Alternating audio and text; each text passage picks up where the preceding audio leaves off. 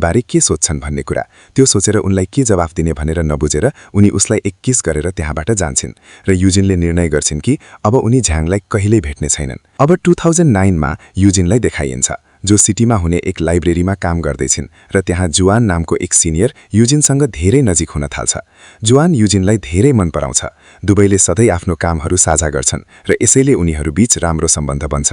र यस्तै युजिन सधैँझै आफ्नो लाइब्रेरीको काम सकेर जब बाहिर निस्किन्छन् उनलाई लाग्छ कि कसैले उनलाई बोलाइरहेको छ र त्यो व्यक्ति अरू कोही होइन बरु झ्याङ नै हुन्छन्।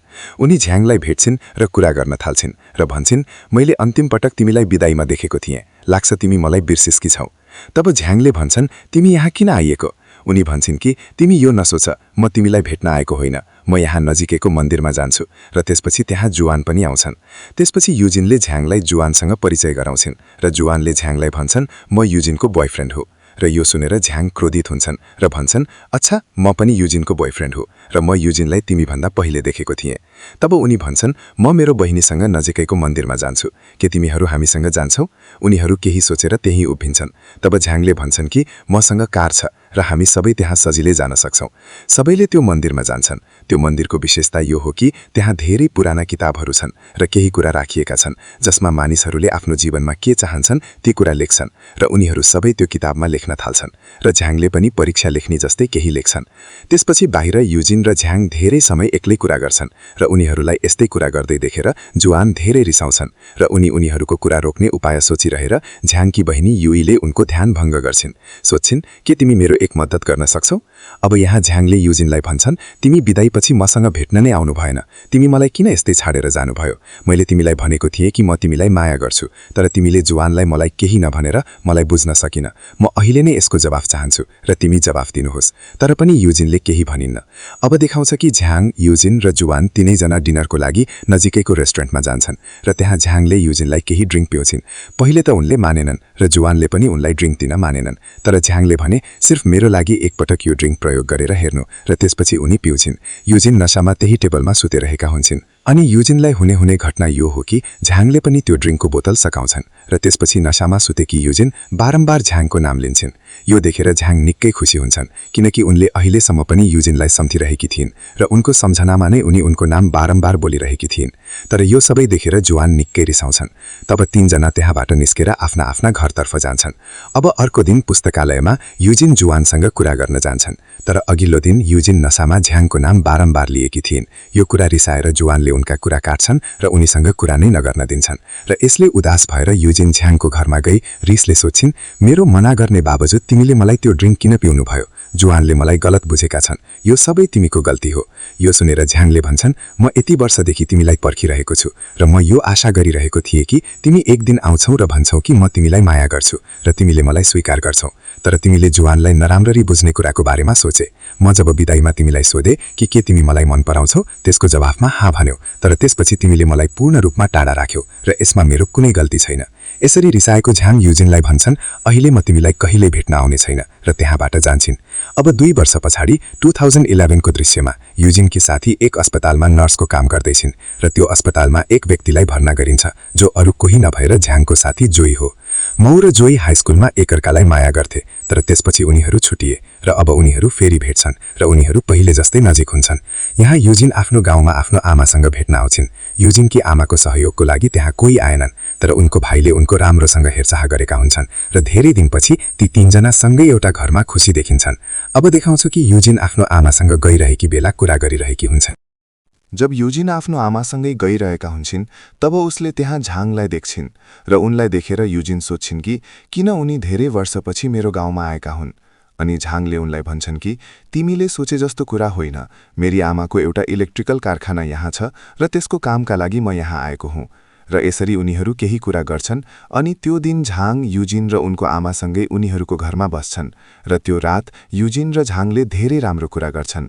झ्याङले उनलाई सोध्छन् कि तिम्रो जीवन कसरी चल्दैछ र त्यहाँका खेलौनाहरूलाई हेरेर सोध्छन् कि के तिमीहरू यसरीको व्यापार गर्छौ? यस व्यापारमा त धेरै मुनाफा छ। यस्ता धेरै प्रश्नहरू गर्छन्। तब उनी भन्छन् कि यो खेलौना पूरा बनाउनमा हामीलाई बस यति डलर मात्र मिल्छ। अब यो सुनेर झ्याङले उनलाई भन्छन् कि बस यति नै मिल्छ र त यो माथि छाडिदेऊ र आज मसँग केही कुरा गर, किनकि धेरै समयपछि तिमीलाई भेटेको छु। अब यी सबै कुरा सुनेर युजिनले उनलाई भन्छन् कि यो खेलौनाबाट हामीलाई मिल्ने पैसा हाम्रो परिवारको गुजारा गर्नका लागि पर्याप्त छ। यो सबै कुरा तिमीले बुझ्दैनौ। यो भन्दै युजिन त्यहाँबाट जान्छन्। तर रातभरि झाङले ती खेलौना बनाउँछन् जस काम उनले कहिल्यै नगरेको थिए, त्यो काम युजिनका लागि गर्न चाहन्छन्। अब अर्को दिन बिहान थकित झाङ बाहिर सुतिरहेका हुन्छन्। तब युजिन आउँछिन् र उनलाई सोध्छिन् कि तिमी यहाँ किन सुतेका छौ? के तिमीलाई राति राम्रो निद्रा लागेन? अब यो सुनेर झाङले युजिनलाई त्यो खेलौना दिन्छन्। भन्छन् कि मैले यो तिमीका लागि बनाएको हुँ। त्यो खेलौना हेरेर युजिनलाई धेरै हाँसो आउँछ। भन्छन् कि माने कि तिमीले रातभरि बिना सुत्ने गरी बनाएको छौ, तर यो खरगोशको खेलौनाको कान राम्रो बनाइएका छैनन्। र यो कुरा दुवैले हाँस्छन्। त्यसपछि झाङको हातमा हेर्दा रगत आएको हुन्छ, किनभने काम गर्दा सायद उनलाई चोट लागेको थियो। अनि युजिन सोध्छिन् कि झाङ धनी व्यक्ति हुन्, तर उनले यो सबै कुरा सिर्फ मसँग धेरै माया गर्छन् भनेर गरिरहेका हुन्। अब उनी बुझ्छिन् कि झाङ साँच्चै पनि उनलाई धेरै माया गर्छन्। र त्यही बेला झाङले उनलाई भन्छन् कि तिमी बेजिङमा किन जागिर नलिनुहुन्न? तिमी त्यहाँ आवेदन दिनुहोस् र यदि तिमी बेजिङ आउनुभयो भने हामी दुवैले सँगै बस्न सक्छौँ। कृपया मेरो लागि त्यहाँ जानुहोस्। युजिनले यो स्वीकार गर्छिन् अनि युजिन झाङको कुरा मान्दै बेजिङमा जागिरका लागि आवेदन दिन्छन् अनि धेरै परीक्षा दिन्छन्। तर पहिलो प्रयासमा उनी सफल हुँदैनन् र त्यसपछि युजिनसँगै परीक्षा दिने उनकी साथीले उनलाई भनिन् कि तिमी केवल बेजिङमै किन प्रयास गरिरहेकी छौ? तिमी नजिकैको साङ्घाईमा पनि प्रयास गर्न सक्नुहुन्छ, किनकि त्यहाँ धेरै अवसरहरू छन्। अनि त्यसपछि उनी साङ्घाईमा जागिरका लागि आवेदन दिन्छन् र त्यहाँ उनलाई जागिर मिल्छ। अब यसबारे झाङलाई जानकारी दिने क्रममा उनी झाङलाई फोन गरेर कुरा गर्छिन्। भन्छन् कि मलाई बेजिङमा कुनै जागिर नै मिलेन, तर साङ्घाईमा एउटा जागिर मिलेको छ। अब यो सुनेर झाङले रिसाएर उनलाई भन्छन् कि तिमी कहिल्यै मेरो कुरा मान्दैनौ। म भनेको थिएँ कि तिमी बेजिङ जानुपर्छ। त्यसपछि झाङले उनलाई सम्झाउन ट्रेनबाट यात्रा गरी उनीसँग भेट्छन्। त्यही बेला झाङको फोन आउँछ र उनी भन्छन् कि तिमी कहाँ छौ? मैले फोनमा तिमीलाई रिसाएका थिएँ, तर म तिमीलाई भेट्न र कुरा गर्न ट्रेनेमा आउँदैछु। अनि यो सुनेर युजिन भन्छन् कि म पनि तिमीलाई भेट्न ट्रेनेमा आउँदैछु। त्यसपछि दुवैले एउटा सामान्य जङ्सनमा उत्रन्छन् र धेरै समयपछि दुवैले एक आपसमा कुरा गर्छन् अनि अन्ततः उनीहरू एकअर्कालाई अँगाल्छन् र धेरै खुसी हुन्छन्।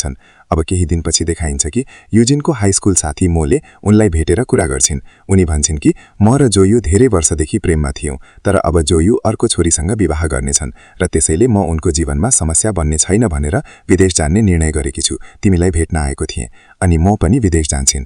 अब देखाइन्छ कि झाङकी बहिनी युईको एङ्गेजमेन्ट हुने लागेको छ र उनको एङ्गेजमेन्ट कार्यक्रममा झाङ युजिनलाई पनि साथमा लिन्छन् र युई जसको साथमा लग्न लाग्ने छिन् त्यो अर्कै कोही नभई बरु युजिनसँग धेरै वर्ष काम गर्ने जुवान नै हुन् र युजिनले जुवानलाई धेरै वर्षपछि भेट्छिन् र जब युजिनले उनीसँग एक्लै भेटेर कुरा गर्छिन् तब उनी भन्छन् कि मैले जीवनमा स्थिर हुनका लागि यो गरेको हुँ।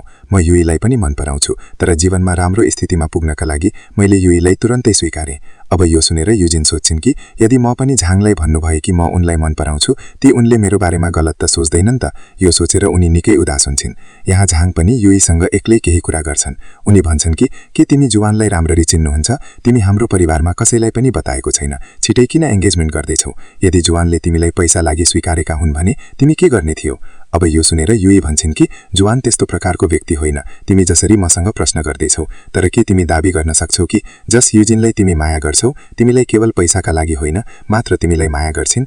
अनि यसमा झाङले जवाफ दिन्छन् कि युजिन त्यस्तो छोरी होइन, उनी केवल मसँगै माया गर्छिन्, पैसा नभएर। अनि एङ्गेजमेन्टपछि झाङ र युजिन एक्लै हिँड्दै जाँदैछन्। तब युजिनले उनलाई भन्छन् मलाई थाहा छैन कि म तिमीलाई माया गर्छु कि होइन, तर तिमी मलाई कहिल्यै छोड्ने छैनौ। तिमी सधैँ मेरो साथमा रहनुहुन्छ। अनि यसको जवाफमा झाङले भन्छन् कि तिमी यसबारे कहिल्यै पनि तनाव नलिनु, म सधैँ तिम्रो साथमा रहनेछु। अनि त्यसपछि उनीहरू दुवैले एकअर्कासँग धेरै समय बिताउँछन्। अब वर्षहरूपछि अर्थात् 2013मा देखाइन्छ कि एक दिन युजिन आफ्नो काम गरिरहेको हुन्छन्। तब उनको अङ्कल त्यहाँ आउनुहुन्छन्। उनी भन्छन् कि तिमीकी आमालाई क्यान्सर भएको छ। त्यसका लागि ठूलो रकम आवश्यक छ, तर त्यसका लागि धेरै पैसा चाहिन्छ। मैले मेरो तर्फबाट सकेसम्म पैसा जम्मा गरेको छु, तर अझै पनि 2-3 लाख रुपैयाँ आवश्यक छ। अब यो सुनेर युजिन सोध्छिन् कि म झाङबाट पैसा माग्न सक्छु, तर उनको अङ्कल भन्छन् कि हाम्रो गाउँमा झाङकी आमाको इलेक्ट्रिकल फ्याक्ट्रीमा म त्यहाँ काम गर्थेँ र म त्यहाँबाट पहिले नै धेरै ऋण लिएको थिएँ र त्यो ऋण पनि मैले यही सर्जरीका लागि लिएको थिएँ। त्यसलाई पनि हामी क्रमशः तिर्नुपर्छ। अब यी सबै कुरा सुनेर उनी झाङबाट पैसा लिने विचार छोड्छिन् र अब उनी आफूसँग जति मानिसहरूलाई चिन्छिन् सबैलाई फोन गरेर पैसा सहयोगको लागि माग्छिन्। धेरै समयपछि उनी आफ्नो घर फर्किन्छन् र त्यो समय झाङ टिभी हेर्दै गेम खेलिरहेका हुन्छन्। उनले उनलाई सोध्छन् कि आज तिमीको दिन कस्तो बित्यो र तिमी किन उदास छौ? तर युजिनले उनलाई कुनै जवाफ दिँदैनन्। त्यसपछि झाङ उनको नजिक जान्छन् र भन्छन् कि तिमी मसँग कुरा किन लुकाइरहेकी छौ? मैले सबै थाहा पाइसकेको छु। तिमीलाई आमाको सर्जरीका लागि पैसा चाहिएको हो र तिमी मसँग माग्न हिचकिचाइरहेकी छौ। मैले सबै पैसा व्यवस्था गरेको छु। ल, पैसा लिइराख्नुस् भनेर उनलाई पैसा दिन्छन्। अब युजिनले भन्छन् कि होइन, मलाई तिम्रो पैसाको आवश्यकता छैन किनकि मैले पैसाको व्यवस्था गरेको छु। त्यसपछि झाङले सोध्छन् कि यति धेरै पैसा तिमीले कहाँबाट जुटाउनु भयो? उनले भनिन् कि मेरो पुरानो साथी जुआनले मेरो सहयोग गरे। जुआनबाट तिमीले पैसा लिएको छौ, म आफै फर्काएर ल्याउँछु भनेर उनी जान्छन्। अनि उनी जुआनलाई भेटेर भन्छन् कि अबदेखि तिमी कहिल्यै युजिनलाई नदेख्नु। यदि उसलाई कुनै समस्या भयो भने म नै त्यसलाई सम्हाल्छु। तिमी केवल आफ्नो काममा ध्यान दिनु भन्दै उनलाई डाँट्छन् र त्यहाँबाट जान्छन्। त्यसपछि केही समयपछि उनी घर फर्किन्छन्। तब युजिनले उनलाई भन्छन् कि मेरो अङ्कलले पनि तिम्रो आमाको फ्याक्ट्रीबाट धेरै ऋण लिएको थिए र मलाई पनि तिमीबाट लिएको सबै पैसा तिर्नु छ र म त्यो सबै पैसा क्रमशः तिर्दै जानेछु। अनि जब उनी आफूसँग राखेको केही पैसा उनलाई फर्काउँछिन् तब झाङको रिस सातौं आकाशमा पुग्छ र उनले ती कागजातहरू च्यातेर फाल्छन् र भन्छन् कि म तिमीलाई किन यस्तो पीडा दिन्छु? तिमीले मलाई कहिल्यै बुझ्दैनौ। तिमीलाई मेरो कुनै पनि कुरा फिर्ता दिनु पर्दैन। म तिमीलाई धेरै माया गर्छु। म तिम्रै लागि सबै कुरा गर्दैछु। तर तिमीले मलाई आफ्नो नसम्झेर अरू कोही सम्झिरहेकी छौ। यति वर्षपछि पनि तिमीले मलाई बुझ्न सक्नु भएन।